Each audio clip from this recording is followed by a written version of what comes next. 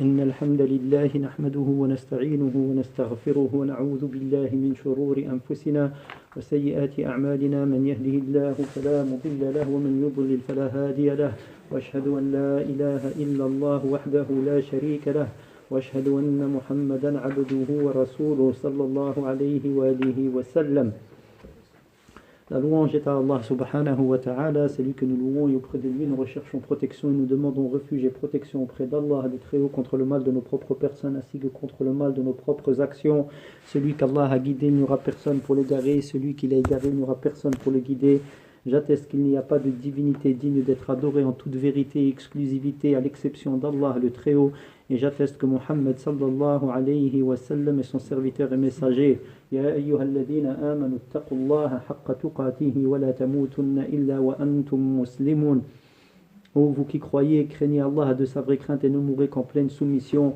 يا أيها الناس اتقوا ربكم الذي خلقكم من نفس واحدة وخلق منها زوجها وبث منهما رجالا كثيرا ونساء واتقوا الله الذي تساءلون به والأرحام إن الله كان عليكم رقيبا. Ô vous qui croyez, craignez Allah. Ô vous les hommes, craignez votre Seigneur qui vous a créé à partir d'une seule personne et qui a créé à partir de celle-ci sa compagne et a multiplié à partir de ces deux-ci un grand nombre d'hommes et de femmes. Et craignez Allah au nom duquel vous vous implorez mutuellement et craignez de rompre les liens du sang. Allah observe parfaitement ce que vous faites. Ya ayyuhalladhina amanu ittaqullaha wa qulu qawlan sadida yuslih lakum a'malakum wa yaghfir lakum dhunubakum wa man yuti'illaha wa rasulahu faqad faza fawzan 'azima. Ô vous qui croyez, craignez Allah et prononcez des paroles justes, il vous arrangera vos affaires et vous pardonnera vos fautes. Et celui qui obéit à Allah et à son messager a remporté un vif succès. Amma ba'd fa inna asdaqa al-hadith kalamullah wa khayra al-hadi hadi محمد صلى الله عليه وسلم وشر الأمور محدثاتها وكل محدثة بدعة وكل بدعة ضلالة وكل ضلالة في النار. La meilleure parole est la parole d'Allah le Très-Haut, la meilleure guidée est la guidée du prophète Muhammad sallallahu alayhi wa sallam.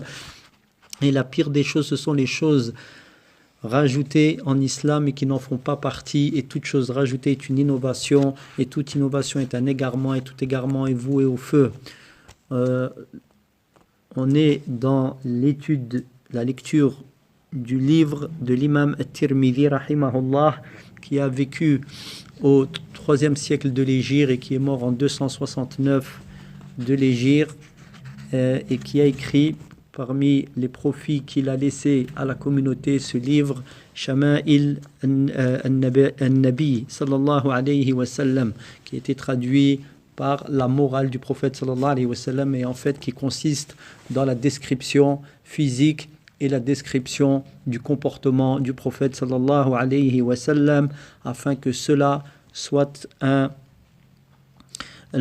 appui pour nous dans notre suivi du prophète sallallahu alayhi wa sallam, car il nous a été ordonné de suivre le prophète sallallahu alayhi wa sallam. Allah azza wa jal dit dans le Coran: laqad kana lakum fi rasulillahi uswatun hasanatun liman kana yarju Allah wal yawmal akhir wa dhakara Allah kathira.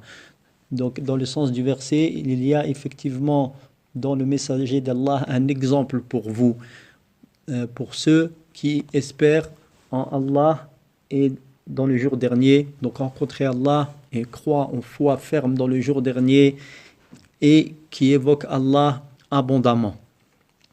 On avait commencé l'étude du livre, on était arrivé au 5e hadith, donc du premier paragraphe qui en comporte 60, Allahu a'lam.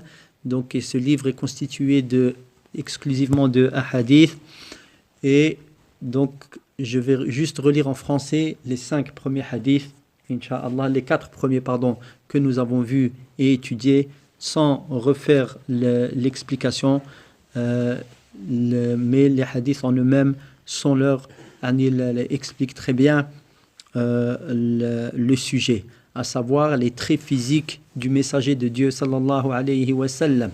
Donc le premier hadith est le suivant. Al-Hafiz Abu Ismail ibn Isa ibn Sawra Tirmidhi déclare: Abu Raja Qutayba ibn Sa'id nous a tenu le propos d'après Malik ibn Anas, qui le tient d'après de Rabi'a ibn Abd al-Rahman, d'après Anas ibn Malik, qui a dit: le messager de Dieu sallallahu alayhi wa sallam n'était ni sensiblement grand ni petit, son teint n'était ni très blanc ni très brun, ses cheveux n'étaient ni crépus ni raides. Dieu très haut l'envoya comme prophète lorsqu'il eut 40 ans. Depuis, il demeura 10 ans à la Mecque et 10 ans à Médine. Dieu le rappela à lui, Allah Azza wa Jal le rappela à lui lorsqu'il eut 60 ans. Il n'y avait pas alors dans ses cheveux et sa barbe 20 poils blancs. Ce hadith est un hadith authentique qui a été rapporté par Al-Bukhari et Muslim. Et également l'imam At-Tirmidhi rahimahullah lui-même. Donc dans ce hadith, on avait vu que le prophète sallallahu alayhi wa sallam, quand tout ce qui a été décrit, donc avait été décrit comme étant une personne ni grande ni petite, mais qui tendait plus vers sa taille, vers la haute taille. Parce que Anas a dit il n'était ni très grand ou sensiblement grand, ni petit. Donc ça prouve qu'il tendait plutôt vers la grande taille. Donc ses cheveux n'étaient ni crépus ni raides, donc il avait les cheveux, on avait dit, entre les deux, c'est-à-dire que ça n'était pas des boucles qui s'entremêlaient, donc on va dire qu'ils étaient ondulés. On avait utilisé le terme là, wallahu ta'ala a'lam. Donc ni très blanc ni très brun, on avait dit qu'il était, donc on va dire, une peau qui ne tend ni vers là ni vers là, mais plutôt on avait utilisé le descriptif de rougeâtre, sa peau. Donc où le flux du sang est clairement, on va dire, visible. Wallahu ta'ala a'lam.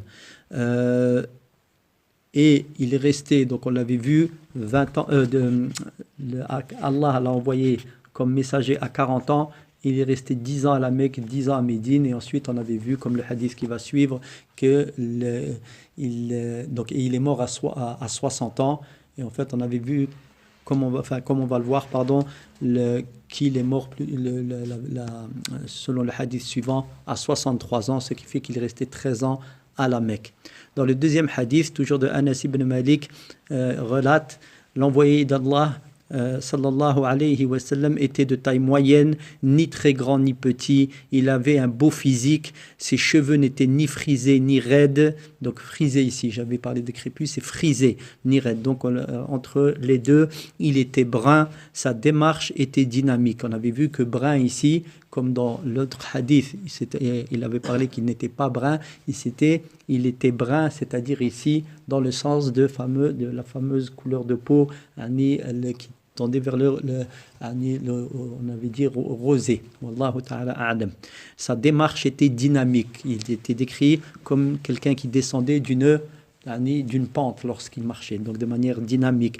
D'après Al-Bara bin Azib, le troisième hadith que nous avions vu, le messager d'Allah sallallahu alayhi wa sallam était de taille moyenne. Ses épaules étaient larges, sa chevelure abondante lui arrivait sous la nuque. Sur la nuque, on va dire ici, mais on avait vu dans la description qu'on avait vu avec l'explication d'hier que c'était en fait au niveau du lobe de l'oreille qu'il y avait trois on va dire taille de cheveux que le prophète sallallahu alayhi wa sallam y pratiquait au niveau du lobe de l'oreille, entre le lobe de l'oreille et l'épaule, et qui venait une troisième. Il était décrit dans certains hadiths comme ayant des cheveux qui descendaient jusqu'aux épaules sallallahu alayhi wa sallam,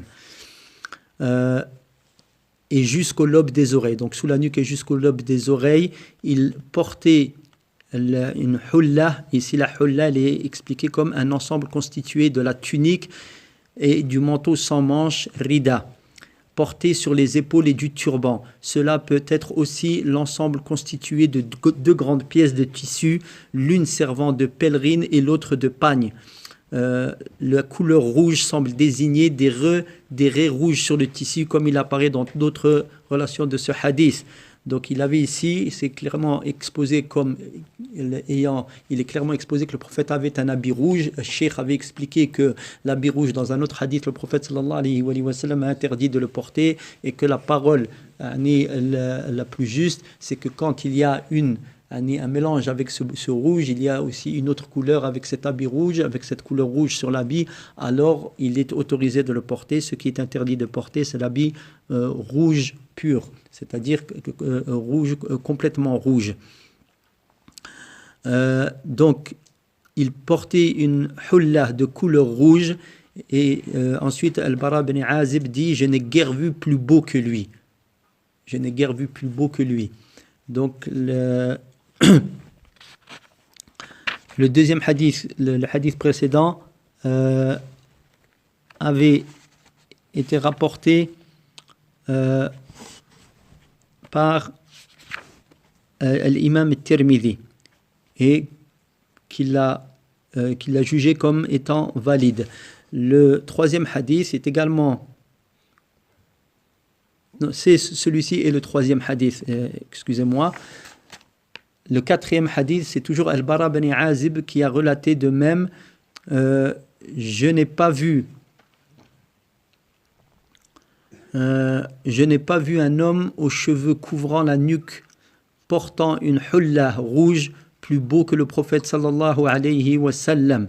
Ses cheveux retombaient sur ses épaules, sa taille n'était ni courte ni longue.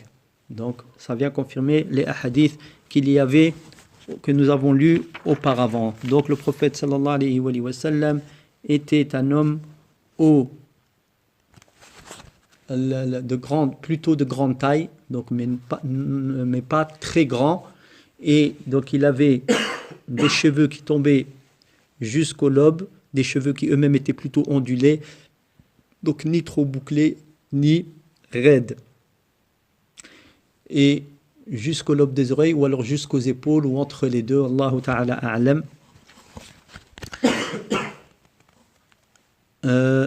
Nous arrivons au cinquième hadith. ندخل الآن إن شاء الله. قال في الحديث الخامس حديث علي بن أبي طالب رضي الله عنه قال: لم يكن النبي صلى الله عليه وسلم بالطويل ولا بالقصير، شثن الكفين والقدمين، ضخم الرأس، ضخم الكراديس، طويل المسربة، إذا مشى تكفأ تكفؤا كأنما ينحط من الصبب، لم أر قبله ولا بعده مثله صلى الله عليه وسلم. وفي الحديث السادس: حدثنا سفيان بن وكيع قال حدثنا أبي عن المسعودي بهذا الإسناد نحوه بمعناه. Donc le cinquième hadith, c'est le hadith de Ali ibn Abi Talib radiyallahu anhu, qu'Allah l'agrée, qui a dit: le messager d'Allah sallallahu alayhi wa sallam n'était ni très grand ni petit, ses mains et ses pieds étaient fermes, shathan.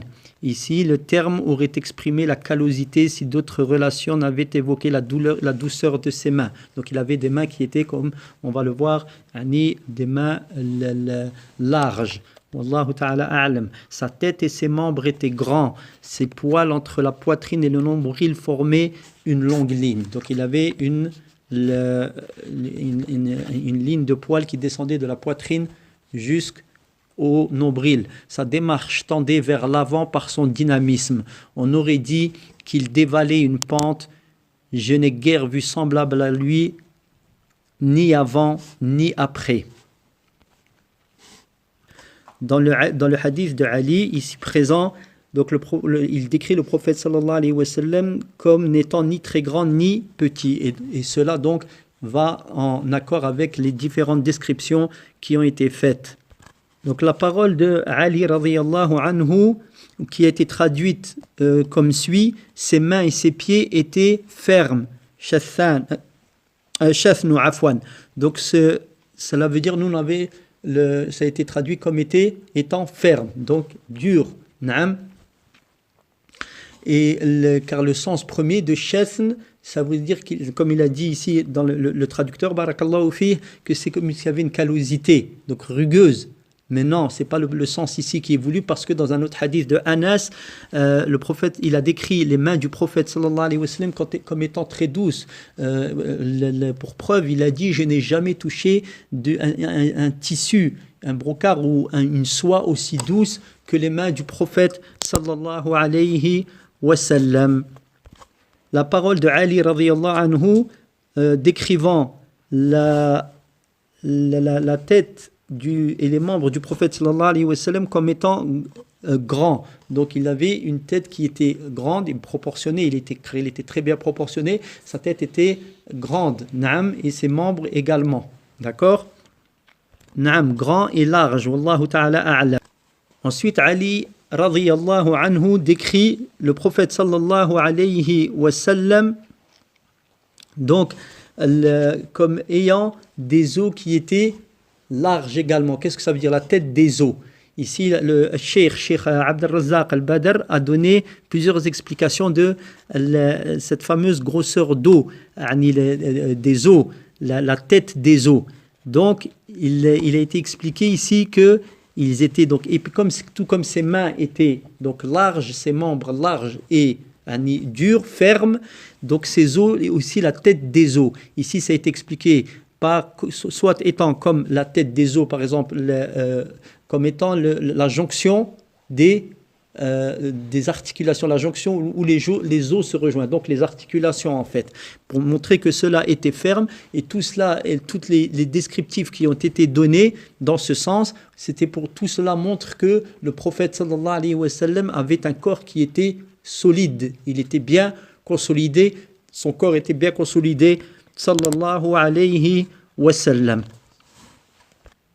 Le prophète sallallahu alayhi wa sallam, dans le point de description suivant, il dit: sa tête et ses membres étaient grands et ses poils entre la poitrine et le nombril formaient une longue ligne. Donc ce poil, on imagine donc cette ligne de poils qui descend de la poitrine au nombril du prophète sallallahu alayhi wa sallam.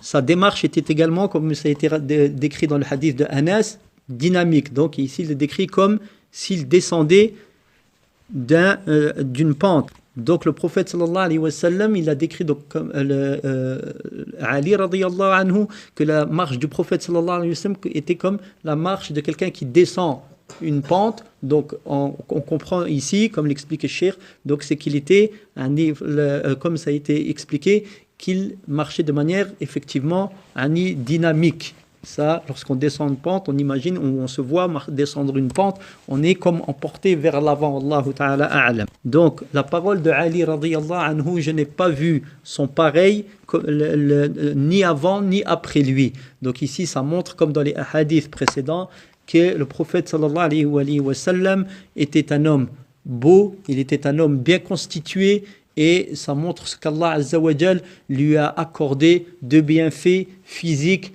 en introduction de ce qu'il lui a accordé de bienfaits moraux. Sallallahu alayhi wa sallam.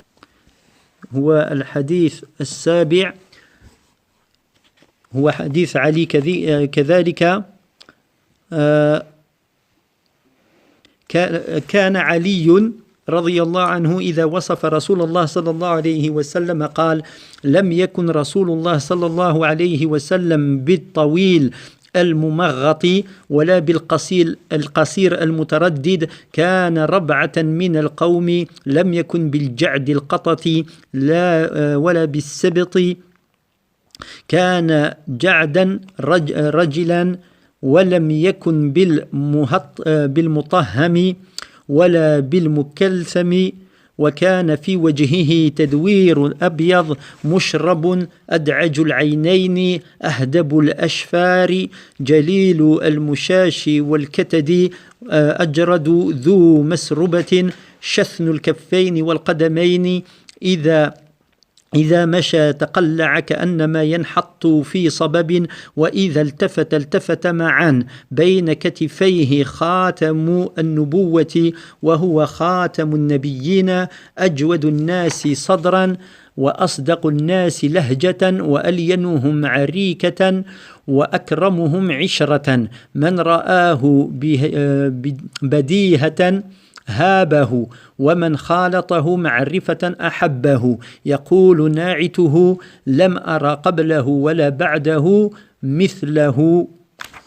Donc le hadith suivant, c'est également un hadith de Ali ibn Abi Talib qui décrit le prophète sallallahu alayhi wa sallam de la sorte: le messager de Dieu sallallahu alayhi wa sallam n'était ni extrêmement grand ni trapu, sa taille était moyenne parmi les gens, ses cheveux n'étaient ni crépus ni raides mais ondulés, son visage n'était ni plein ni rond mais quelque peu arrondi, avec une blancheur mêlée de couleurs, ses yeux d'un noir vif étaient surmontés de longs cils, la tête de ses os, donc ici, tel l'arrondi des épaules, comme il est surtout question ici, les genoux, les coudes. Donc là, on a dit la tête de ses os, on a déjà expliqué cela.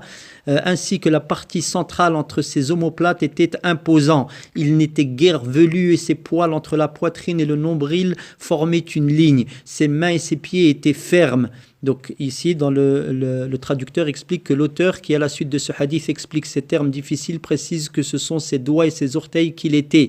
Donc ferme, son pas était énergique, on aurait dit qu'il dévalait une pente. Lorsqu'il se retournait, il se retournait entièrement. Le sceau de la prophétie apparaissait entre ses épaules.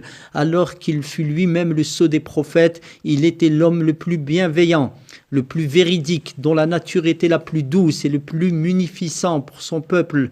Qui le voyait pour la première fois en éprouvait une grande révérence. Qui le fréquentait par connaissance l'aimait, qui l'a décrit a déclaré: je n'ai guère vu semblable à lui, ni avant ni après.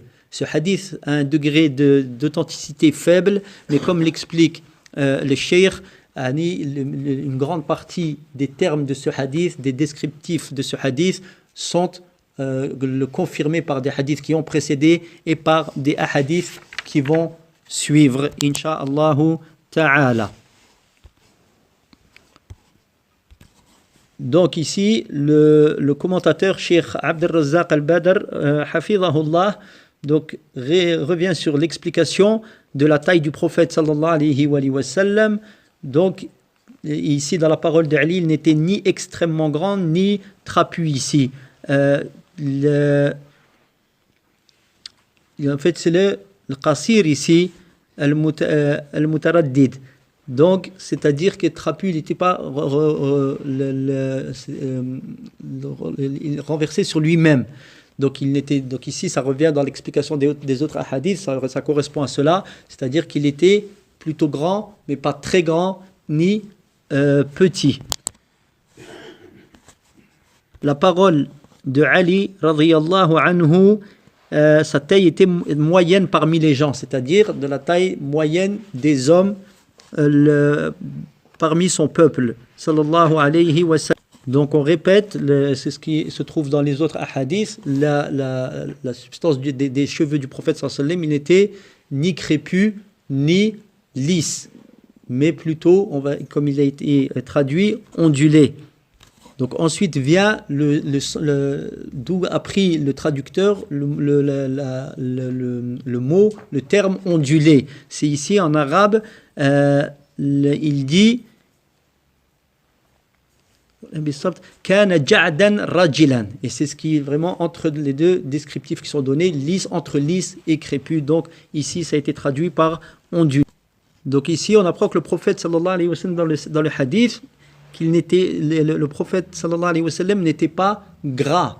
Naam, il n'était pas un homme gros ou gras. Donc le prophète sallallahu alayhi wa sallam, son visage n'était pas rond. C'est-à-dire qu'il n'avait pas un visage complètement rond, mais ici il est décrit comme là un visage qui était entre la rondeur et la longueur. Donc le prophète sallallahu alayhi wa sallam, il avait un visage qui n'était ni en longueur ni rond, walakin entre les deux, sallallahu alayhi wa sallam. Donc la parole de Ali radiyallahu anhu, décrivant la couleur de peau du prophète sallallahu alayhi wa sallam, et donc de son visage, une blancheur mêlée de couleurs rouge donc ici, donc c'était un teint rosé, wallahu ta'ala a'lam. Ici, le prophète sallallahu alayhi wa sallam a été décrit également comme ayant les yeux d'un noir vif et de longs cils. Donc ici, la parole de Ali radhiyallahu anhu, la tête de ses os ainsi que la partie centrale entre ses omoplates était imposant. Donc ici, ça revient, cette description, à ce qui a été décrit dans d'autres hadiths, où il a été décrit sallallahu alayhi wa sallam comme étant large d'épaules, qu'Allah prie sur lui et le salue.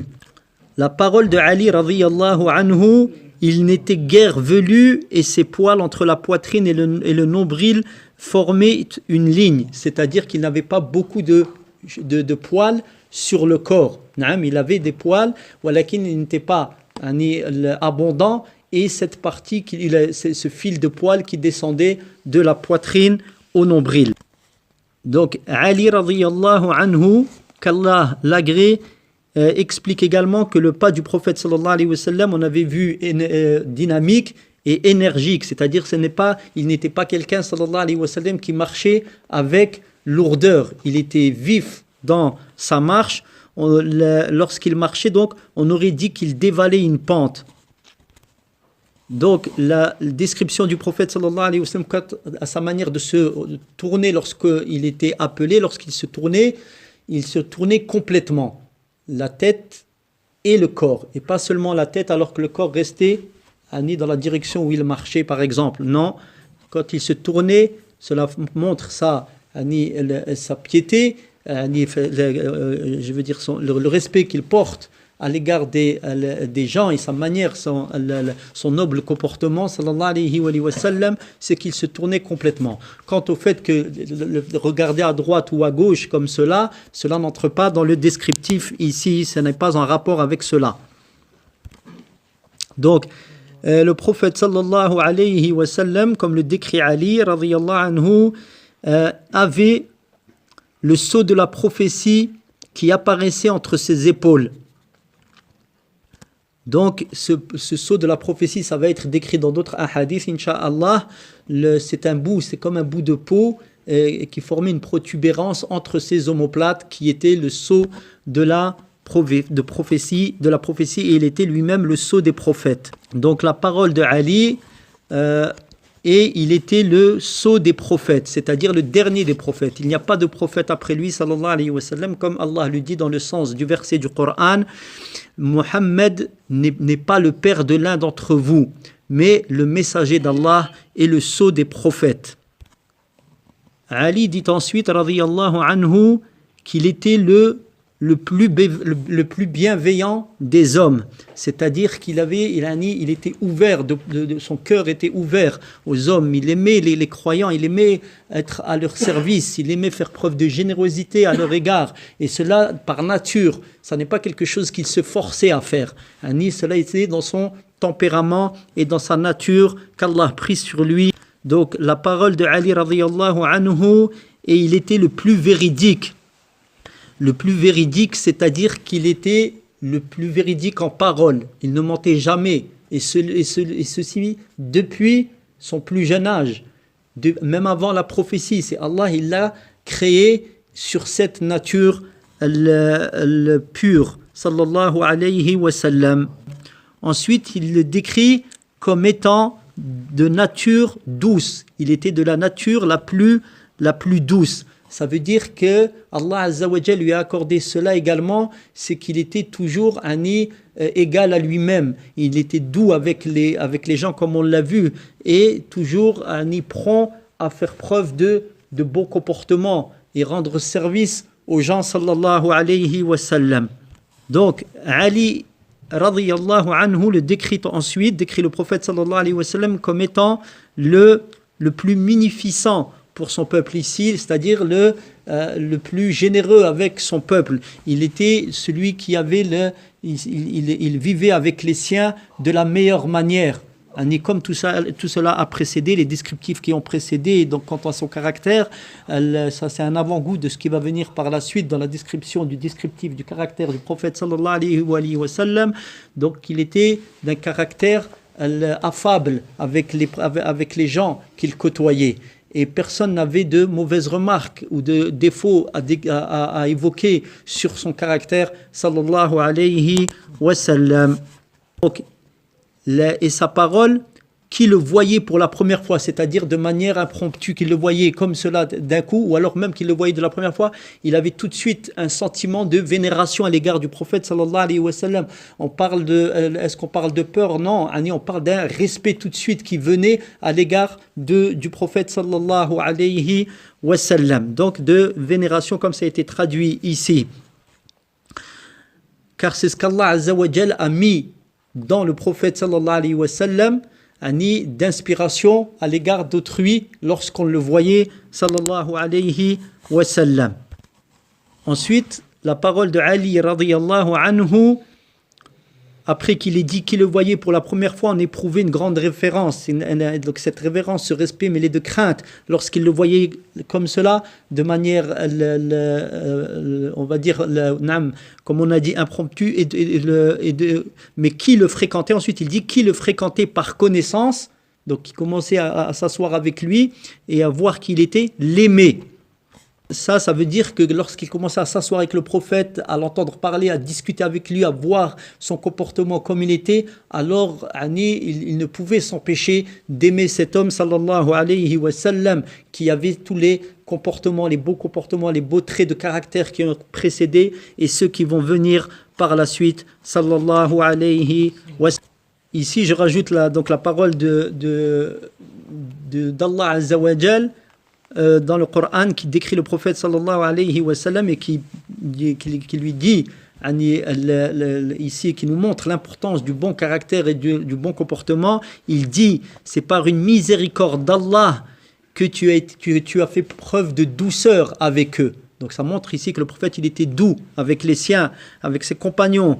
Et si tu avais été dur et renfrogné, ou alors le dur de cœur, dur par ton comportement, et si tu avais une dureté de cœur, alors il se serait éloigné de toi.